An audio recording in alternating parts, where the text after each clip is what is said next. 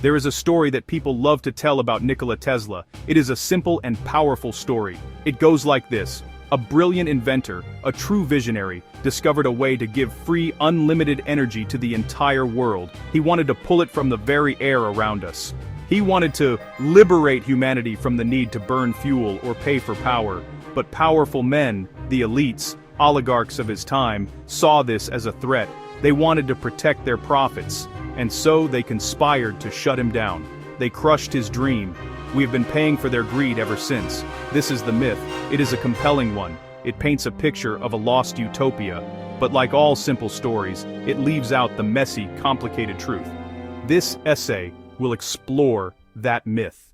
To understand the myth, we must first understand the man. Nikola Tesla was born in 1856 in a small village in what is now Croatia. From a young age, he was a prodigy, a person with a mind that worked differently. He had a photographic memory. He could visualize complex inventions in his head with stunning detail. Before ever drawing a blueprint or touching a tool, he was, by all accounts, a genius. He studied engineering and physics, driven by an intense curiosity about electricity. Electricity was beginning to reshape the modern world. He was not just a thinker, he was a creator. His mind was a fountain of ideas, and he possessed an almost obsessive drive to bring them to life.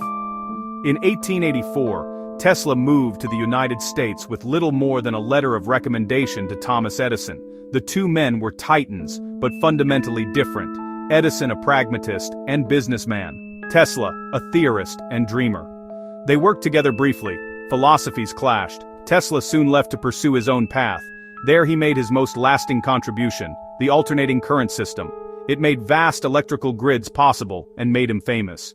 He was a celebrity inventor with an eccentric personality, tall, impeccably dressed, with a flair for the dramatic, admired as a wizard who tamed lightning. Unlike Edison's practicality, Tesla spoke of vibrations, frequencies, harnessing the energies of the cosmos. At the heart of the Tesla myth lies a specific set of inventions and ideas. The most famous is the Tesla coil. Invented around 1891, it looks like science fiction.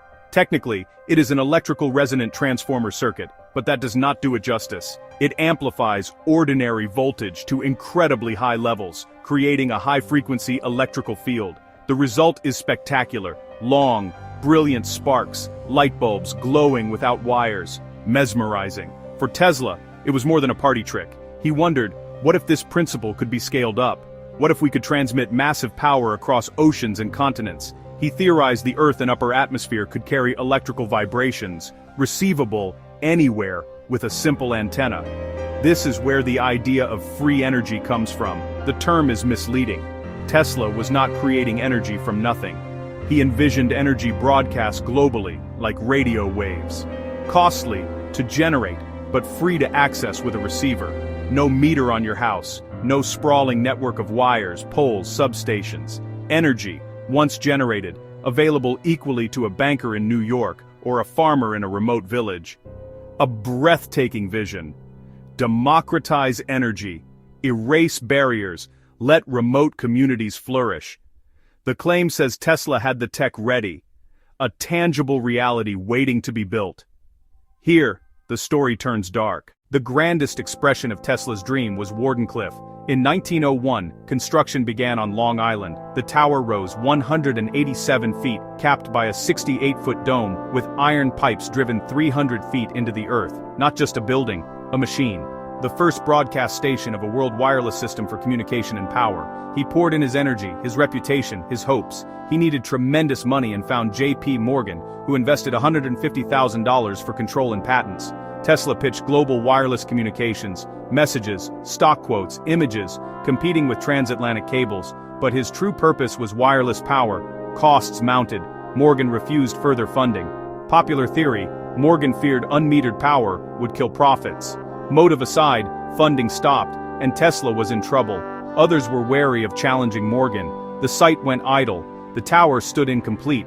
Tesla ran out of money. Workers were laid off. In 1917, the tower was dynamited and sold for scrap. The physical structure of his dream was gone. This is where the myth hardens into a simple story of suppression. The demolition becomes the myth's climax. Morgan and other elites, oligarchs, did not just withdraw funding, they conspired to destroy Tesla's work. Why? Because free energy threatened empires built on oil, coal, copper. A world of abundant free access would make their assets worthless and shift power to the many. In this telling, Tesla is a martyr. He tried to gift humanity and was punished for it. The elites cut funds, smeared his name, and buried revolutionary technology. The myth adds that his patents were seized, papers locked away as top secret, implying an ongoing cover-up to this day. It offers hope and a hidden truth, easy to grasp and share. It needs no physics, economics, or history. It fits in a post, or a video. A modern folktale, emotionally satisfying, not necessarily accurate. Its purpose is a moral, not the messy facts. Step away from the myth and the record shows a more complicated picture.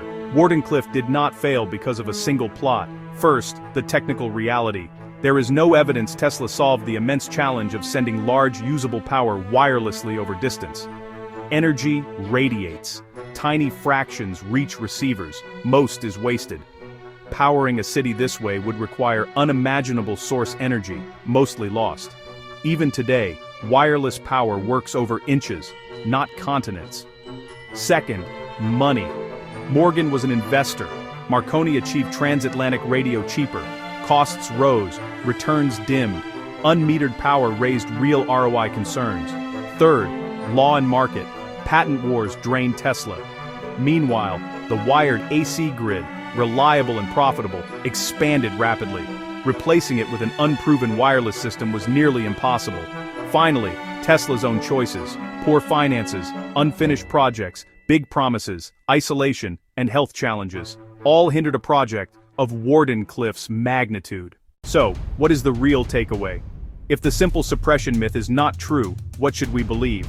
Not that the powerful are always good, nor that great ideas never face opposition, but that innovation is a complex process. It is a messy intersection of brilliant ideas, hard science, economic reality, legal structures, and human nature. A great idea is necessary but not sufficient. Business models, markets, partners, luck, and perseverance matter. Compelling narratives can overshadow evidence.